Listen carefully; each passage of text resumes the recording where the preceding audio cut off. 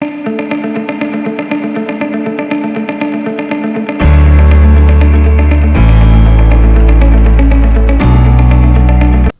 बच्चों, कैसे हो आप सब लोग। स्वागत है आपका दिव्या मैम की साइंस क्लास में। बच्चों, जैसा कि आप सब जानते हो, कक्षा 9 का पहला पाठ हमने पूरा कर लिया है। अब बारी है अध्याय 2 की, क्या हमारे आसपास के पदार्थ शुद्ध हैं। तो बच्चों, उम्मीद करती हूँ पहला पाठ आपने पूरा पढ़ लिया होगा मेरे चैनल पे। अगर अभी तक नहीं पढ़ा तो आप पीछे जाकर सारे वीडियोस देखिए, जिससे आपको वो लर्न हो जाए। अब शुरू करते हैं अध्याय 2। हम कैसे जान सकते हैं कि बाजार से खरीदा हुआ दूध, घी, मक्खन, नमक, मसाला, मिनरल, जल या जूस शुद्ध हैं। बच्चों, ये जो पाठ है, ये पाठ है ही इसी बारे में कि कौन सी चीज़ शुद्ध है, कौन सी अशुद्ध है, और वैज्ञानिक भाषा में शुद्ध और अशुद्ध को क्या कहते हैं। तो बच्चों, क्या आपने कभी इन खाने वाले पदार्थों के डिब्बों के ऊपर लिखे हुए शुद्ध शब्द पर ध्यान दिया है। एक साधारण व्यक्ति के लिए शुद्ध का अर्थ होता है कि पदार्थ में कोई मिलावट ना हो। हम यही देखते हैं ना कि कोई मिलावट नहीं हो तो वह शुद्ध है। लेकिन वैज्ञानिकों के लिए ये सभी वस्तुएं विभिन्न पदार्थों के मिश्रण हैं, अतः शुद्ध नहीं है। यानी जो हमारे लिए शुद्ध है वो ज़रूरी नहीं विज्ञान की भाषा में शुद्ध कहा जाए उन्हें। उदाहरण के लिए दूध, जल, वसा, प्रोटीन आदि का मिश्रण है। जब एक वैज्ञानिक किसी पदार्थ को शुद्ध कहता है तो इसका तात्पर्य है कि उस पदार्थ में मौजूद सभी कण समान रासायनिक प्रकृति के हैं। एक शुद्ध पदार्थ एक ही प्रकार के कणों से मिलकर बना होता है। जब हम अपने चारों ओर देखते हैं तो पाते हैं कि सभी पदार्थ 2 या 2 से अधिक शुद्ध अवयवों के मिलने से बने हैं। जैसे समुद्र का जल है, खनिज है, मिट्टी है, ये सभी क्या है? मिश्रण है। मिश्रण क्या है? मिश्रण एक या एक से अधिक शुद्ध तत्वों या यौगिकों से मिलकर बना होता है। हम जानते हैं कि जल में घुले हुए सोडियम क्लोराइड को वाष्पीकरण या आसवन विधि द्वारा जल से पृथक किया जा सकता है। बच्चों, ये सोडियम क्लोराइड क्या होता है? नमक होता है। अगर जल में घोल दें और उसका वाष्पीकरण यानी उसको गर्म कर दें तो हम पानी तो उड़ जाएगा और नमक को पुनः प्राप्त कर सकते हैं। यद्यपि सोडियम क्लोराइड अपने आप में एक शुद्ध पदार्थ है और इसे भौतिक विधि के द्वारा इसके रासायनिक अवयवों में पृथक नहीं किया जा सकता है। इसी प्रकार चीनी क्या है? एक पदार्थ है, क्योंकि यह एक ही प्रकार का शुद्ध अवयव रखता है और इसका यौगिक समान रहता है। पेय पदार्थ और मिट्टी में एक समान कण नहीं होते हैं। शुद्ध पदार्थ किसी भी स्रोत से प्राप्त हो, इसके अभिलाक्षणिक गुण एक समान होते हैं। यानी शुद्ध चीज़ जो है हम कहीं से भी निकालें, उसके जो गुण होंगे वो सेम होंगे।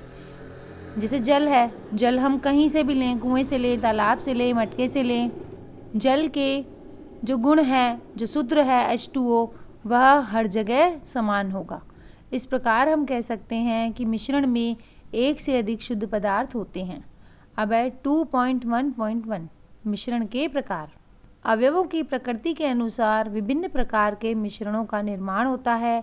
इस तरह मिश्रण के कई प्रकार होते हैं। क्रियाकलाप 2.1।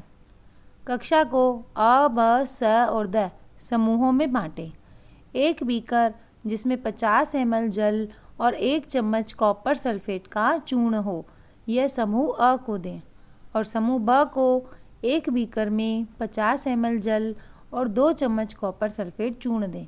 यानी कि जो हमने 4 ग्रुप बनाए कक्षा के, एक ग्रुप में हम 50 ml जल में कॉपर सल्फेट का चूर्ण देंगे 1 चम्मच, दूसरे समूह को उतने ही पानी में 2 चम्मच कॉपर सल्फेट का चूर्ण देंगे। अब है कॉपर सल्फेट और पोटेशियम परमैंगनेट या साधारण नमक समूह स और द को दें। दोनों को अवयवों की पृथक पृथक मात्रा देंगे। अब पृथक पृथक समूह के उन अवयवों को मिलाकर मिश्रण तैयार करें। उनके रंग और बनावट के आधार पर एक रिपोर्ट तैयार करें। समूह अ और ब को एक मिश्रण प्राप्त होता है जिसकी बनावट समान होती है। इस तरह के मिश्रण को हम सममांगी मिश्रण कहते हैं। यानी समूह अ और ब को जो हमने मिश्रण दिया था पानी में घोलने के लिए, उनका जो है एक जैसा सममांगी मिश्रण बनेगा। अब विलयन अथवा विलयन, उसको सममांगी मिश्रण कहते हैं या विलयन कहते हैं। इस तरह के मिश्रणों के कुछ अन्य उदाहरण हैं जल में नमक और जल में चीनी। दोनों समूहों से प्राप्त घोल के रंगों की तुलना करें। यद्यपि दोनों समूहों के पास कॉपर सल्फेट का घोल है, लेकिन उन दोनों घोल के रंगों की तीव्रता पृथक पृथक है। यानी कि दोनों ने घोला तो कॉपर सल्फेट ही है, लेकिन दोनों की जो तीव्रता है, कलर है, एक का कलर थोड़ा स्ट्रॉन्ग है यानी तेज है और दूसरे का थोड़ा हल्का है। यह दिखलाता है कि सममांगी मिश्रण पृथक पृथक संगठन रख सकते हैं। समूह स और द ने जो मिश्रण प्राप्त किया उनके अंश भौतिक दृष्टि से पृथक पृथक हैं। इस तरह के मिश्रण को विषमांगी मिश्रण कहते हैं। इन विषमांगी मिश्रण उसे कहते हैं जिसके कण भौतिक दृष्टि से पृथक पृथक हों, और जब भौतिक दृष्टि से समान होते हैं उसे सममांगी मिश्रण कहते हैं। सोडियम क्लोराइड और लोहे की छीलन, नमक और सल्फर, जल और तेल, ये सब क्या है? विषमांगी मिश्रण के अन्य उदाहरण हैं। तो प्रश्न आता है विषमांगी मिश्रण और सममांगी मिश्रण की परिभाषा लिखिए, तो उसमें आप इनके ये उदाहरण भी लिखेंगे। जल और तेल का मिश्रण कैसा मिश्रण है? विषमांगी मिश्रण है। क्रियाकलाप 2.2। आइए पुनः कक्षा को 4 समूहों अ, ब, स और द में बांटें। प्रत्येक समूह को नीचे दिए हुए नमूने में से एक दें।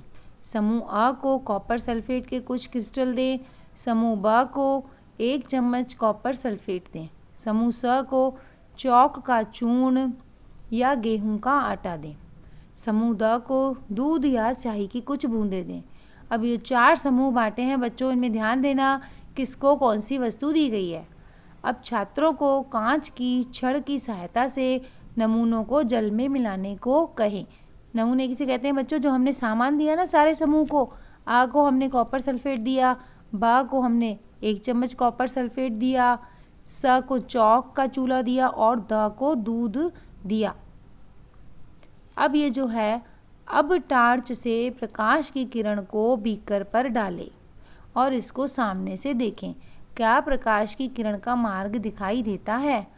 यानी कि अगर वो मिश्रण कांच के गिलास में घोलते हैं और उसके ऊपर टार्च की रोशनी डालते हैं तो उसमें क्या होते हैं? हमें छोटे छोटे कण दिखाई देते हैं, जिससे जो रोशनी जाती है टॉर्च की वो पीछे की तरफ दिखाई नहीं देती है। अब इस मिश्रण को कुछ समय तक शांत छोड़ दें, यानी जो मिश्रण है उसको घुमा के शांत छोड़ देंगे तो क्या होगा? वो कण नीचे बैठ जाएंगे। इस बीच मिश्रण छानने वाले उपकरण को तैयार कर लें।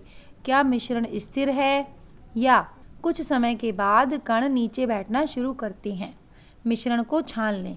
क्या छन्नक पत्रक पर कुछ शेष बचा है? कक्षा में परिणामों पर चर्चा कर इस क्रिया पर एक मत बनाने का प्रयत्न करें। समूह आ और ब एक विलयन पाते हैं। समूह स एक निलंबन पाता है। समूह द एक कोलाइड विलयन पाता है। बच्चों ये जो चित्र है 2.2, ये निस्यंदन यानी छानने की प्रक्रिया का चित्र है। निस्यंदन क्या होता है? यानी छानना। छानने के लिए क्या करते हैं? एक परख नली के ऊपर एक कीप लगा देते हैं, ये लिखा हुआ कीप। इस कीप के ऊपर जो है छन्नक पत्रक की कीप बनाकर डालते हैं। इस छन्नक पत्रक में से जो वस्तु छन के आती है नीचे परख नली में इकट्ठी होती है, और छन्नक पत्रक ऐसा गोल होता है। इस गोल की हम एक पहली बार कीप बना देते हैं, चित्र सी में जो दिखा रखी है। तो बच्चों ये निस्यंदन यानी छानने की प्रक्रिया का चित्र है। अब हम विलयनों, निलंबनों और कोलाइड विलयनों के बारे में पढ़ेंगे। तो बच्चों ये जो थे हमारे समूह आ, ब, स, द, इन समूहों को जो जो वस्तुएं दी वो किस तरह से घुली और किस तरह से उनको छाना।